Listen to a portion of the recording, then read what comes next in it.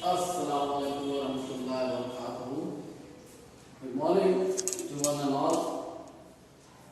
We continue with the same lesson, 4.2, The Storyteller by H. Munro, commonly known as Saki. The smaller girl created a diversion by beginning to recite on the road to Mandalay. She only knew the first line, but she put her limited knowledge to the fullest possible use. She repeated the line over and over again in a dreamy but resolute and very audible voice. It seemed to the battler as though someone had a bet with her that she could not repeat the line aloud 2,000 times without stopping.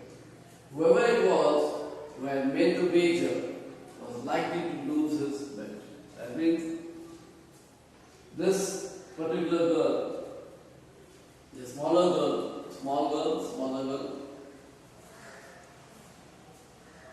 would like to change the topic, would put a diversion to the questionnaire put up by Cyril and Aunt between both of them. So she started reciting a poem where she just remembers one single line, on the road to Mandalay.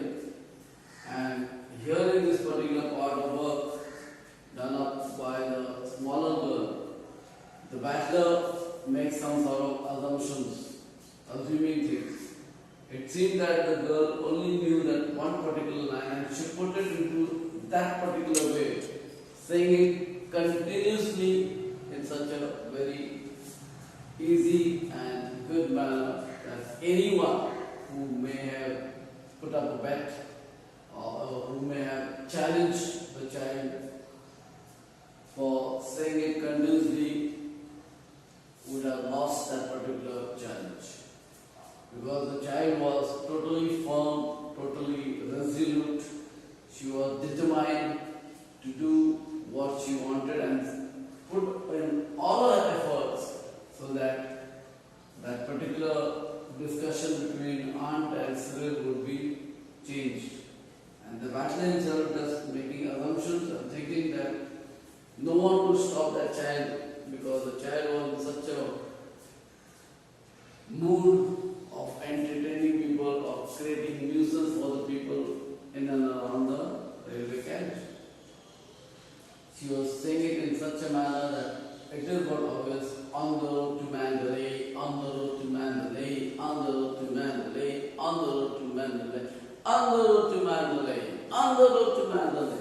It will always create some sort of nuisance. You like it once, you like it twice, 3 times, 4 times. It may go up to thousands of times. The battler makes an assumption of 2,000 times the same line. It's not going to be possible for you to hear that same line 2,000 times. So it is not obvious. It is anyone who would have challenged or put up a bet. The word wager means mediator or the person who is putting up a challenge or who has put up a bet in such a way that he or she would have literally lost the bet because the child was totally determined, she was resolute, and the voice was rather audible. Audible means heard very, very clearly. Audible means word that was being heard very, very clearly. Any questions in the line in the word, please ask. Come over here and listen to a story, said the aunt. When the battler had looked twice at her.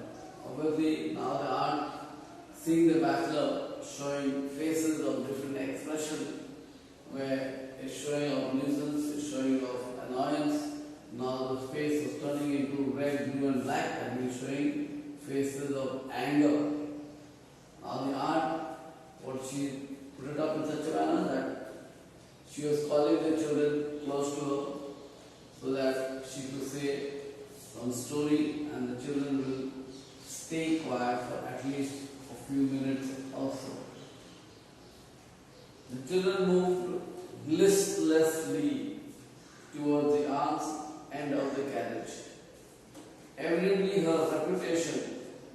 as the storyteller did not rank high in their estimation. Listlessly, unwillingly, without any interest. Evidently, obviously, reputation. Here, reputation means respect or fame. Because as a storyteller, aunt was not most welcome by the children at all, because the aunt's stories were all simple stories and were same old repeated stories. It started well, but the end was rather same. The middle part of the story was also same. So it was like they were never attracted towards aunts telling the story.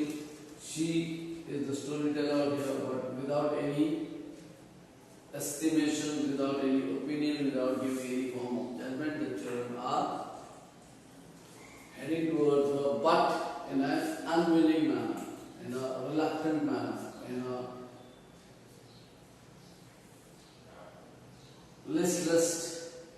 listlessly manner, because they've been hearing aunt stories continuously for so many years, and the stories were uninteresting. Therefore, it is but common. No one would like to hear such stories where there was no ending, or there was no happy ending, or it was like incomplete story, or it was meaningless, or it was not giving you any form of message.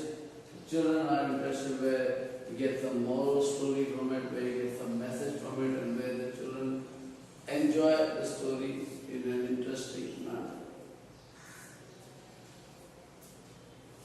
In a low, confidential voice, interrupted at frequent intervals by loud, petulant questioning from her listeners, she began an unenterprising and deplorably uninteresting story about a little girl who was good and made friends with everyone on account of her goodness, and was finally saved from mad bull by a number of rescuers who admired her moral character.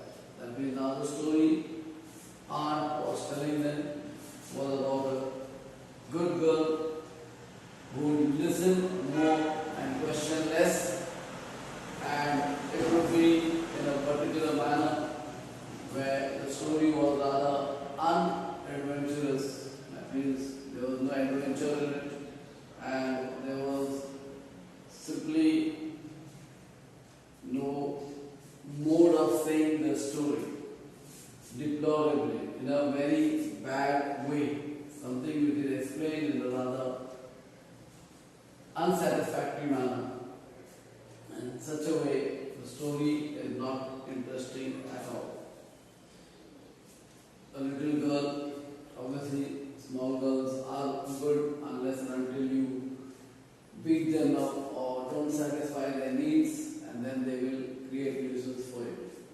She was very good on every walks and talks of life, and because of her goodness, she was saved by a mad bull who would have hit her and killed her also.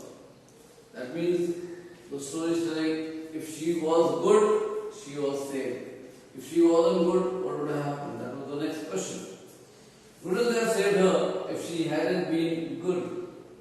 Demanded the bigger of the small girl. Out of the two girls, one was bigger and one was smaller. Obviously, the bigger girl asked this question. If that girl wasn't good, would the public, would the common people save that girl from that mad bull?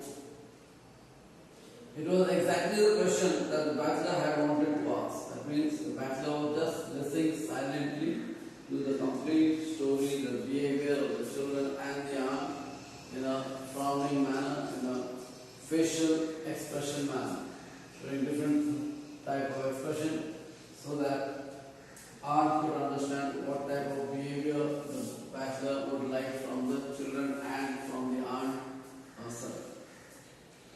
Well, yes, admitted the aunt lamely. Lamely means in an unsatisfactory manner.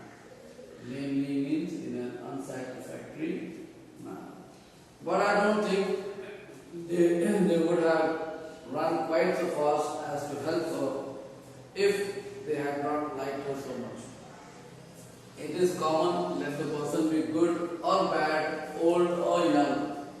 Anyone will help anybody in the time of need. If there is friendship, if there is loyalty, if there is understanding, if there is patriotism, if there is loving, caring, sharing nature in the common man, it can be anybody who is in danger will be helped by anybody at that particular moment. We rely on people like the police, the ambulance, the doctors, the nurse, but at the first stroke, who does come for help? It is but your neighbors, rather than the police, rather than the cops, rather than the ambulance, rather than the doctor, rather than the fire brigade people, rather than any of your relatives. It is the first person in your neighbor who will come and help you in any form of need or danger as and when required. So it is commonly said that neighbors are the best friend rather than the other people who come later in the street. It's a stupid story I've ever heard, said the bigger of the small girls with immense conviction. Conviction, firm belief, immense, great, huge.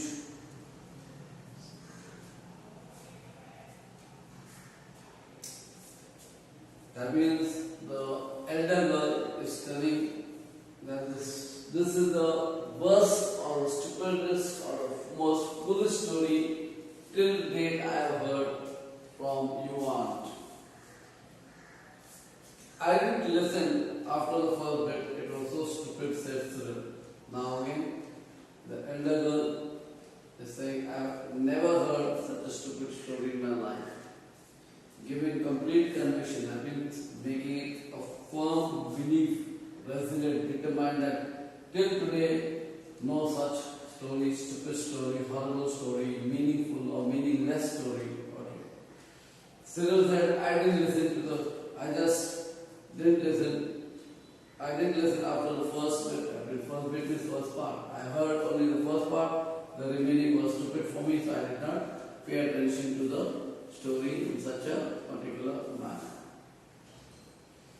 Now, the smaller girl made the actual comment on the story, but she had long ago recommenced a murmured repetition of her favorite line. That means she was not paying attention at all to Aunt's story, but what was she doing? Actually, she had recommenced. She again began to say the same line on the road to Mandalay in a soft, whispered tone, murmuring tone. Recommence means again beginning. Once again, she started saying the same line on the road to Mandalay, when actually Aunt was giving the complete explanation of this particular explanation of the story to keep the children in one place so that the bachelor could also enjoy the journey to temple home. We stop it here.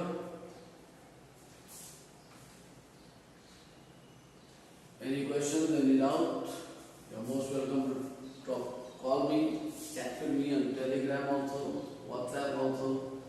Please do view the videos, to like the videos, to share the videos, and subscribe to the channel so that you can look at the videos as and when you have time at your own leisure.